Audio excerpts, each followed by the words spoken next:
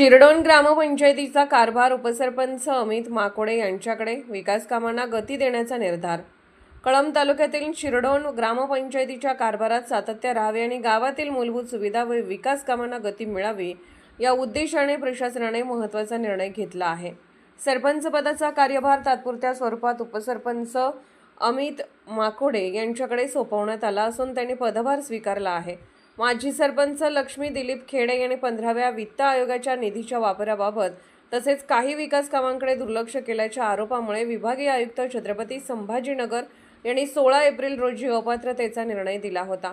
त्यानंतर ग्रामपंचायतीचा कारभार सुरळीत ठेवण्यासाठी हा निर्णय घेण्यात आला आहे। शिरडोन ही कळंब तालुक्यातील मोठी ग्रामपंचायत असून सुमारे 20,000 लोकसंख्या वास्तव्यास आहे। त्यामुळे पाणीपुरवठा, स्वच्छता, रस्ते यांसारख्या मूलभूत सुविधांवर तातडीने लक्ष देणे आवश्यक आहे। उपसरपंच अमित माकोडे यांनी पदभार स्वीकारल्यानंतर गावातील प्रलंबित कामांना गती देण्यावर भर देणार असल्याचे संकेत दिले आहेत।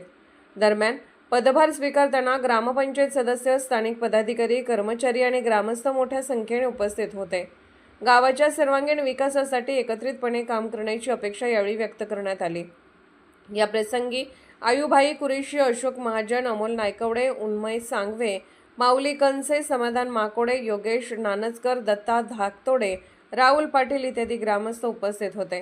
अर्थराज्य न्यूज मराठी करिता ताजखा पठाण, शिरडोन प्रतिनिधी। अर्थराज्य न्यूज चॅनलला लाईक करा, शेअर करा आणि सबस्क्राईब करा।